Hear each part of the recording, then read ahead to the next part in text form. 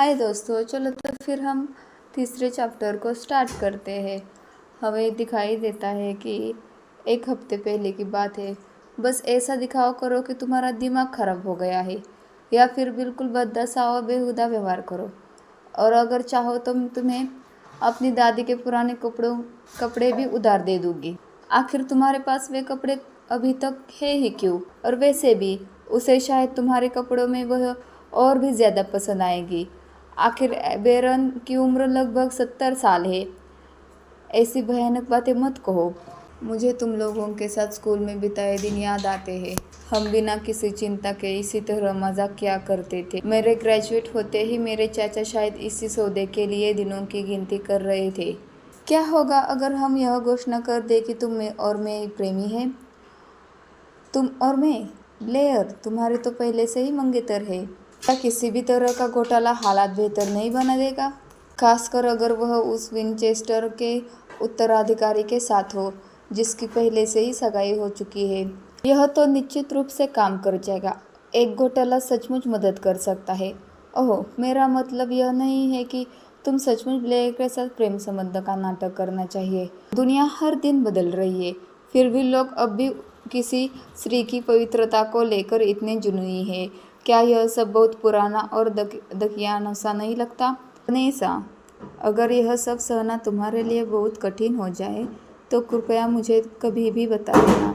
मैं तुम्हारी मदद के लिए हर संभव प्रयास करूँगा, चाहे तुम भाग जाना चाहो या फिर कहीं गायब हो जाना चाहो।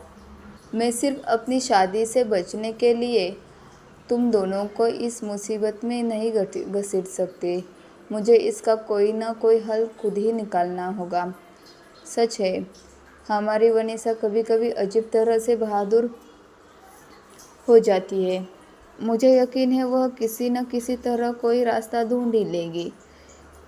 तो चलो, ज़्यादा चिंता न करो। क्या वह आदमी मिस्टर रॉस का भतीजा है?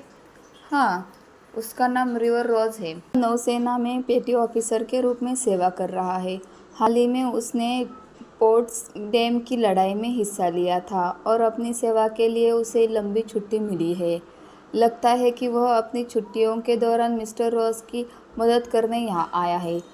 सब लोग कह रहे हैं कि ये बहुत ही हैंडसम नौजवान यहाँ आया है। महल की नौकरानियाँ उसके बारे में बात करते हुए उत्साहित है। अगर वह रिवर रॉस है। रिवर, जल्दी आओ। तुम पहले जाओ, मेरा इंतज़ार करना। क्या वह पहले से ही ऐसा दिखता था?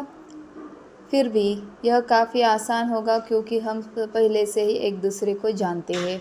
मेरी, अगर कोई ऐसी चीज़ है जिसे तुम बेचना नहीं चाहती तो बस यह सुनिश्चित कर दो कि कोई उसे खरीदना ही ना चाहो।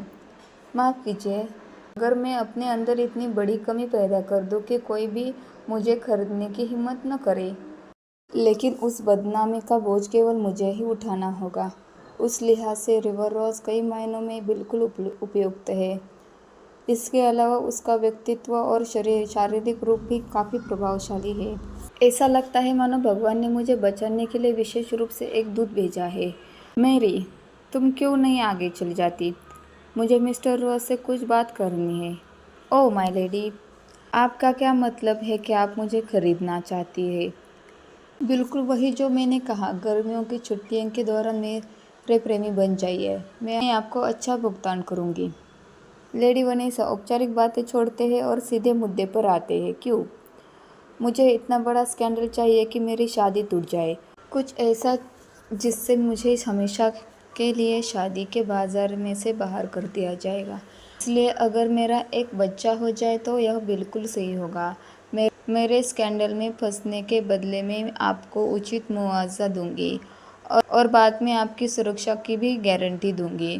जैसे ही गर्मियाँ खत्म होंगी हम ऐसे व्यवहार करेंगे जैसे कुछ हुआ ही नहीं था। वनीसा, लेकिन अगर गर्मियाँ खत्म होने के बाद भी करोगी अगर मैं तुम्हारे शरीर से कभी उब ही नहीं जाऊँ?